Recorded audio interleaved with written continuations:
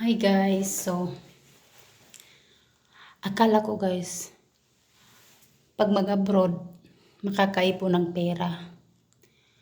Alam niyo ba kung ano yung naipon ko dito? Stress, pagod, resibo. Yun ang naiipon ko, hindi pera. Ang hirap no, dati na hindi ako nag-abroad, wala akong utang.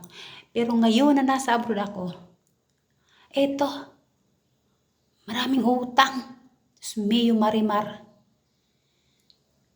Ang hirap ng ganito guys. Akala ko lang palang yun. Dati no hindi ako nag-abroad. Akala ko yung nasa abroad. Siguro malaki na yung ipon nila na pera. Pero ngayon na na-try ko na. Proven and tested ko na to. Wala akong ipon guys. Pero hindi lahat ha. Meron namang iba na nag-iipon. Pero para sa akin wala akong ipon. Kasi pag sahod ko diretso sa pamilya ko. Saan ang hustisya dito? Walang ipon. Naiipon ko lang pagod, stress. Nakakalungkot lang. Akala ko talaga pag mag-abroad mayaman. Yung mayaman. Mayaman pala sa utang.